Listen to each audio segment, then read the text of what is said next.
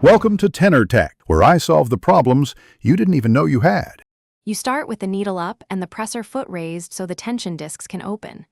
Place the spool on the pin and secure with the cap. This prevents slip. Once done, lead the thread into the top thread guide, then down and between the tension discs so the machine can control stitch tightness.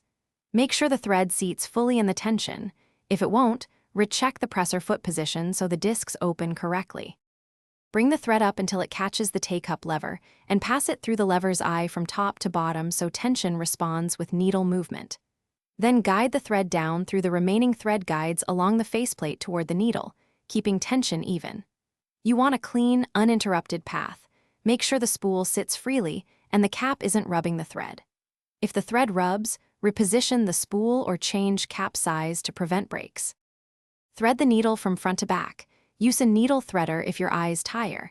Then pull 3 to 4 inches of thread under the presser foot toward the back so the bobbin can catch.